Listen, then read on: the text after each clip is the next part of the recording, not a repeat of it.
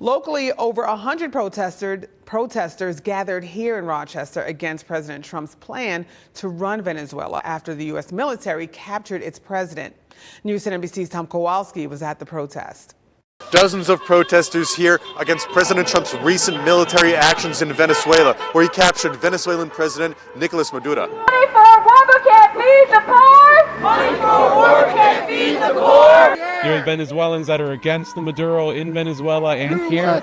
There are people in Venezuela that are also pro-Maduro. That's Carlos Villegas, one of those protesting on behalf of the Party for Socialism and Liberation outside the Federal Building in downtown Rochester. I personally think it shouldn't be our responsibility to meddle in these affairs.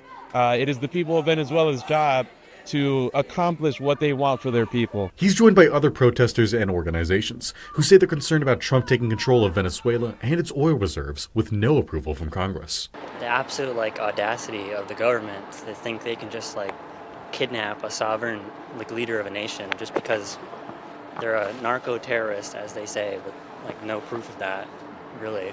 I'm not saying Maduro is a good person. He is a criminal himself, but it's not for the United States to unilaterally go in and just take over the country. Now, President Trump said today that we're going to run Venezuela. I think we could support a democratic election there. We don't want to have another war, so stop doing war. Now, protesters want that money being used for operations like this to go back towards the American people. This narrative has been used time and time again, and the people of the United States, our needs aren't being met. We are funding the Pentagon. They have plenty of money to wage war all around the world. From the Federal Building on State Street, Tom Kowalski, News 10 NBC.